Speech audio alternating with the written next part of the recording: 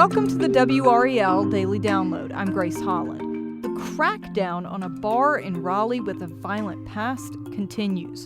A StarBar employee is charged with selling alcohol after hours on the night of a shooting at the club. WRAL Shaun Gallegher joins me now to talk about the series of events before and since that shooting on April 13th. Shaun, thanks for being here. Yeah, of course.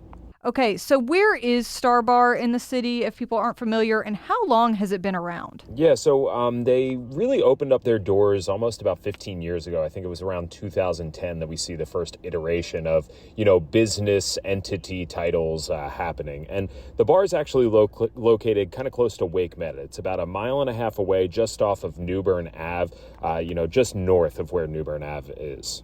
Okay. So obviously a bar that's been in that area for a while, a pretty busy area of town generally. So what happened on April 13th? Yeah, so they were having an event here from the overnight hours, from April 12th into April 13th, for an up-and-coming rapper out of Alabama. His name's OMB Peasy, was supposed to be making an appearance here.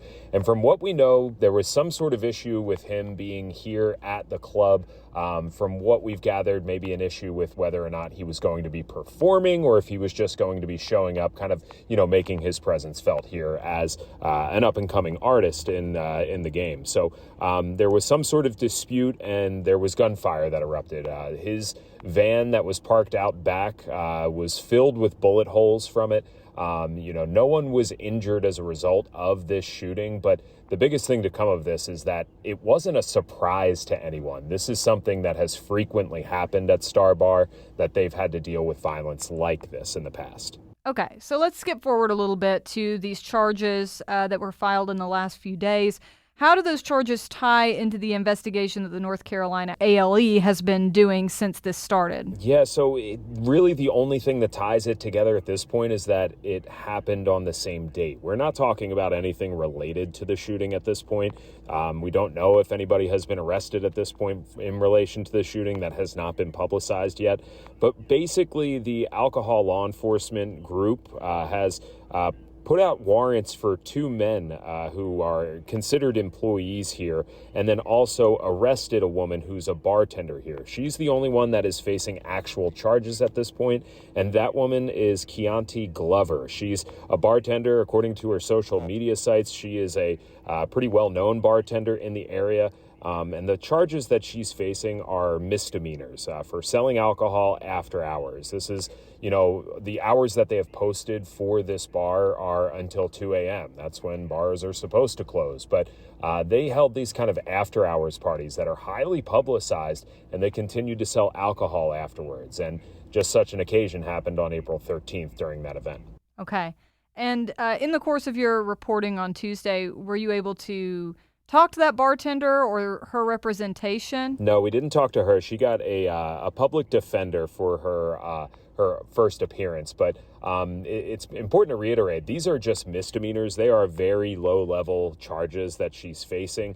She's actually, at the point that we're talking right now, she may already be out. We haven't had a chance to swing by her house and try to talk to her, but the judge gave her a $2,000 bond and kind of made it seem like she may not even need to pay that it may just be, a signing something to say she will show up for her next court appearance. Again, the ALE is pushing out that they have 3 people they're looking for charges after this shooting. But it has nothing to do with the shooting itself. And I'm sure people who live around here, they may like to hear that someone was arrested, but, these arrests really probably won't make them feel good about what's going on here. Okay. Let's take a quick break right there. And when we get back, we'll talk more about the history of StarBar.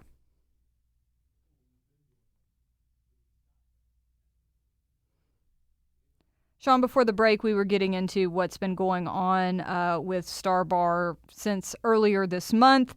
But as you said, it's been there for over a decade at this point. So, and we know that there have been other issues. So what are the issues that StarBar has had in the past? Yeah, it's, lots of violence. There have been knife issues, gun issues. Even outside of what police have told us, WRAL has reported on this numerous times over the last 5 to 10 years of various shootings, stabbings, assaults, things of that nature. But what we got from RPD was, in the last year, they had 17 specific incidents that they had responded to this location for, and over 90 calls for service, ranging from everything from, thefts from vehicles, damage to property, all the way through to, more violent things like shootings and stabbings and things like that. Okay. And with that said, in light of this most recent incident, has the bar been open since that shooting on April 13th? From the looks of what we see online, they are operating. They've lost their liquor license in the last week and a half or so.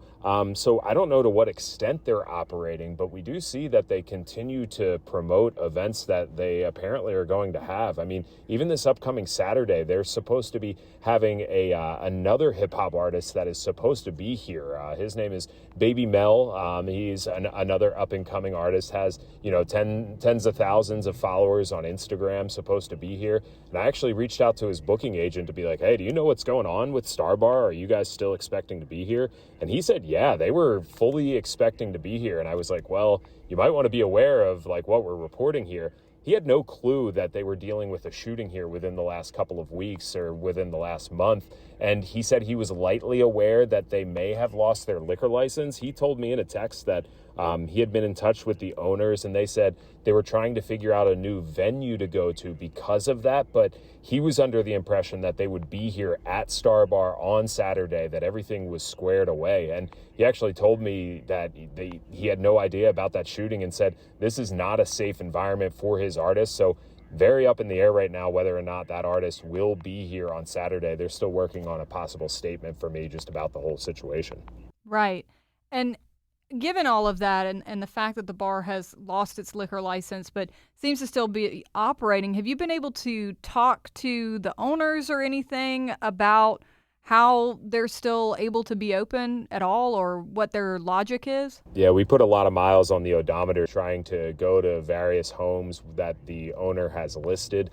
There's a home in Wake Forest that we went up and knocked on the door for, and nobody answered there. Also, the owner's father, I've been told, is heavily involved in business operations. He has a home in Raleigh. When I went there, knocked on the door, the person who kind of spoke to me through a window said that, he doesn't live there anymore. He hasn't been there for a very long time. So no luck getting in touch with the actual owners. And then if anybody's driven past this on Trawick Road, it's a business that's in kind of a strip mall. So somebody has to own the strip mall. I've reached out to that person as well. They have a New Jersey phone number, so I don't even know if they're local or not. But I called them, left a message, texted them. Absolutely nothing. So, we're making little progress here with the alcohol law enforcement arrest, and that they say they have warrants for arrest out for 2 more people in relation to this. But as far as this business being shut down or anything, if people are looking forward to that, it is still a ways away before we think that could happen. Right. And has ALE given any indication why that hasn't happened yet and sort of where they are in their investigation and where it goes from here? Yeah, well, they're supposed to have a special hearings outside of a monthly hearing that the ALE does. It's supposed to be about StarBar and about everything that we're talking about here, but we don't know the full details exactly of what could happen there. Now, aside from just the legal things, they lost their liquor license, so that makes it really hard for them to operate, but they also lost their standing as a registered business with the state, which removes a lot of the protections that you have, because if you register as an LLC, essentially you have some separation if something were to happen at your business that, if somebody tried to sue the business, they couldn't directly go after the owners. It provides a buffer of sorts to try to, keep it towards business entities that somebody could sue for. But at this point, if something happens here, at least according to the state, and someone wants to sue StarBar, that would immediately go to the owner, and then their whole personal life is at risk of being lost. Their home, their cars, anything that they have ownership over, they could lose. So StarBar is very exposed right now.